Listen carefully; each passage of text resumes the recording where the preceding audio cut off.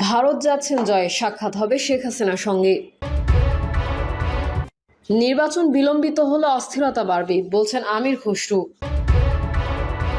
অন্তর্বর্তী সরকারের উদ্দেশ্য কি জানালেন পরিকল্পনা উপদেষ্টা।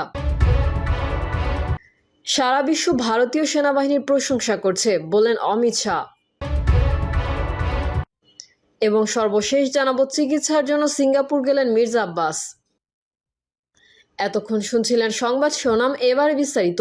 তবে তার আগে অনুরোধ থাকবে আমাদের চ্যানেলটি সাবস্ক্রাইব করে বেল আইকনটি ক্লিক করুন। ভারত যাচ্ছেন জয়, সাক্ষাৎ হবে শেখ হাসিনার সঙ্গে। সাবেক প্রধানমন্ত্রী শেখ হাসিনা ও তার ছেলে সজীব ওয়াজেদ জয়ের মধ্যে শিগগিরই সাক্ষাৎ হতে পারে। সংশ্লিষ্ট সূত্রের বরাতে ভারতের গণমাধ্যম নিউজ 18 জানিয়েছে, শিগগিরই ভারত সফরে যাচ্ছেন সজীব ওয়াজেদ জয়। শেখ হাসিনার দেশ ত্যাগের পর এটিই হবে মা ছেলের প্রথম সরাসরি সাক্ষাৎ। এই সফরে মায়ের সঙ্গে নয়াদিল্লিতে সাক্ষাৎ ছাড়াও কলকাতা যাওয়ার সম্ভাবনাও রয়েছে তার। কলকাতায় বাংলাদেশ উপ হাইকমিশনের প্রেস সচিব তারিক চয়ানও এক ফেসবুক পোস্টে এই তথ্য জানান।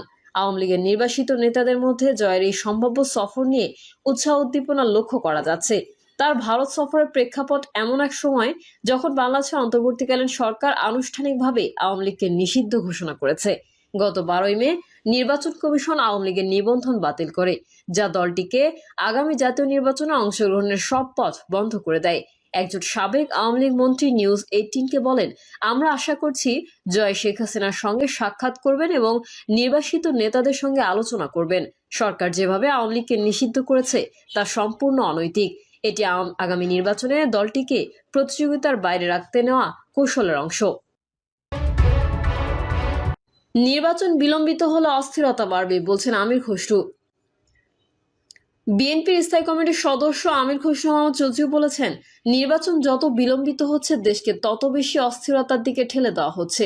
জাতি এখন এক গভীর শঙ্কার মধ্যে রয়েছে। বাংলাদেশ এখন এক অনিশ্চিত অবস্থার মধ্যে আছে। দেশ কোথায় যাচ্ছে কেউ জানে না। সবাই মিলে স্বৈরাচারকে বিদায় করেছে। এরপর গণতান্ত্রিক প্রক্রিয়ায় দেশ পরিচালনার যে প্রত্যাশা ছিল তা হয়নি। আমির খসরু বলেন, সরকার এমনভাবে কাজ করছে যেন তারা একটি নির্বাচিত সরকার, অথচ এটি একটি অন্তর্বর্তী সরকার। তাদের দায়িত্ব ছিল একটি সুষ্ঠু ও অংশগ্রহণমূলক নির্বাচন আয়োজন করে ক্ষমতা নির্বাচিত সরকারের কাছে হস্তান্তর করা। এ সময় সরকারের কিছু সিদ্ধান্ত নিয়ে প্রশ্ন তোলেন বিএনপির এই নেতা। বলেন, করিডোর, বন্দর, বিনিয়োগ সম্মেলন এসব গুরুত্বপূর্ণ বিষয় নিয়ে সিদ্ধান্ত নেওয়া হচ্ছে। প্রশ্ন হলো, এই সরকারের এসব সিদ্ধান্ত নেওয়ার বৈধতা কোথায়? এই সময় ঢাকার দক্ষিণ সিটির মেয়র সংক্রান্ত আদালতের আদেশ বাস্তবায়ন না হওয়ার বিষয়েও অসন্তোষ জানান তিনি। আমির খসরু বলেন, যখন আদালতের আদেশ মানা হচ্ছে না তখন আইনের শাসনের প্রশ্নে চলে আসে। রাষ্ট্রীয় প্রতিষ্ঠানগুলো কার সাথে কাজ করছে সেটা এখন প্রশ্নবিদ্ধ। সরকার বলে সংস্কার হবে, ঐকমত্য হবে, কিন্তু সেই ঐকমত্য কোথায় তৈরি হচ্ছে? কাদের সঙ্গে এই ঐকমত্য? দলের জন্য নতুন সদস্য সংগ্রহের ব্যাপারে আমির খসরু মোহাম্মদ চৌধুরী বলেন, নতুন সদস্য সংগ্রহ করব, তবে তার সামাজিক গ্রহণযোগ্যতা আছে কিনা এই মানদণ্ড অনুযায়ী আমরা নতুন সদস্য নেব। বাংলাদেশে একটা স্থিতিশীল সহাবস্থানের রাজনীতি করতে চাই। সাংঘর্ষিক কোনো রাজনীতি আমরা চাই না। যারা বিভিন্নভাবে এটিকে ভিন্ন দিকে নিয়ে যেতে চাইছেন আমরা তার বিরোধিতা করবই। তিনি বলেন, আগামীতে যতগুলো নির্বাচন হবে তা যেন সুষ্ঠু গণতান্ত্রিক প্রক্রিয়ায় হয়। এটি যেন একটা রুটিনে পরিণত হয়। সরকার যে আস্থা হারাচ্ছে এটি দেশের জন্য দুর্ভাগ্য। 2 মাস আগে বলা হয়েছে আওয়ামী লীগ নিষিদ্ধের বিষয়টি, যা লিখিত দিয়েছি, অর্থাৎ আইনি প্রক্রিয়ায়। কিন্তু সরকার নাটক কেন করলো, মানুষের মনে প্রশ্ন জাগে বলেও মন্তব্য করেন তিনি। অন্তর্বর্তী সরকারের উদ্দেশ্য কি জানালেন পরিকল্পনা উপদেষ্টা। দেশের রাজনীতির মাঠে থেকে শুরু করে বিভিন্ন শ্রেণী পেশার মানুষের বর্তমান অন্তর্বর্তী সরকারের উদ্দেশ্য নিয়ে নানা সন্দেহ ও প্রশ্নের মুখে বিষয়টি খোলাসা করেছেন পরিকল্পনা উপদেষ্টা ডক্টর ওয়াহিদুদ্দিন মাহমুদ। তিনি জানান, অন্তর্বর্তী সরকার 2টি উদ্দেশ্য নিয়ে কাজ করছে। 2টি উদ্দেশ্য কি সেটিও তুলে ধরেছেন উপদেষ্টা।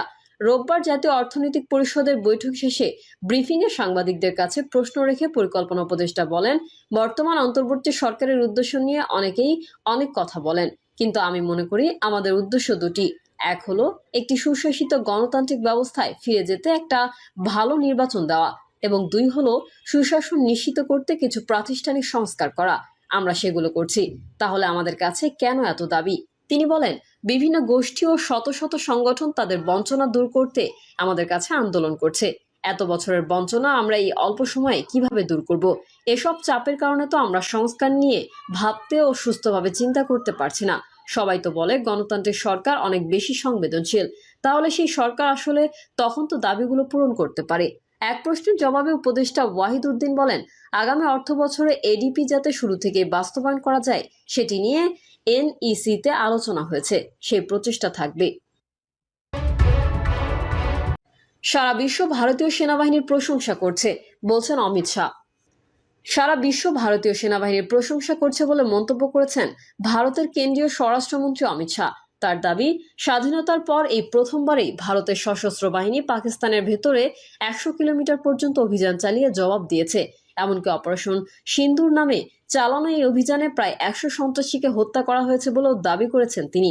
ভারতীয় বার্তা সংস্থা পিটিআই এর বরাত দিয়ে শনিবার রাতে এক প্রতিবেদনে এই তথ্য জানিয়েছেন সংবাদ মাধ্যম এনডিটিভি। সংবাদ মাধ্যমটি বলছে, শনিবার ভারতের পশ্চিমাঞ্চলীয় রাজ্য গুজরাটের গান্ধীনগরের কোলাভাডা গ্রামে এক জনসভায় বক্তব্য রাখেন অমিত শাহ। সেখানেই তিনি এসব কথা বলেন।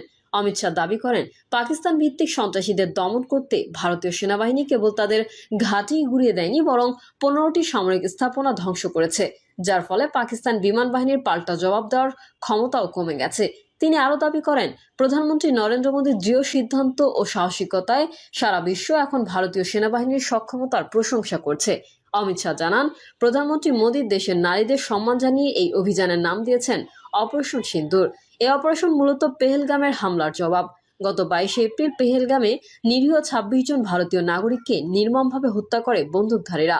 অমিত শাহ বলেন, আজ ভারতের বার্তা স্পষ্ট, আমাদের নাগরিকদের লক্ষ্যবস্তু করলে আমরা দ্বিগুণ শক্তিতে জবাব দেব।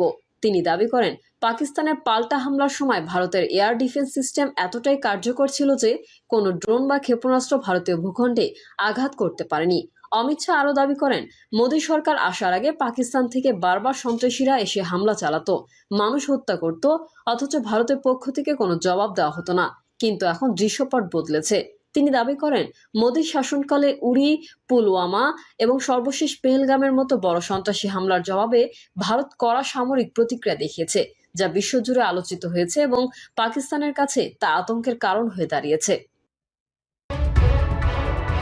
চিকিৎসার জন্য সিঙ্গাপুর গেলেন মির্জা আব্বাস। চিকিৎসার জন্য সিঙ্গাপুর গেছেন বিএনপির স্থায়ী কমিটির সদস্য মির্জা আব্বাস।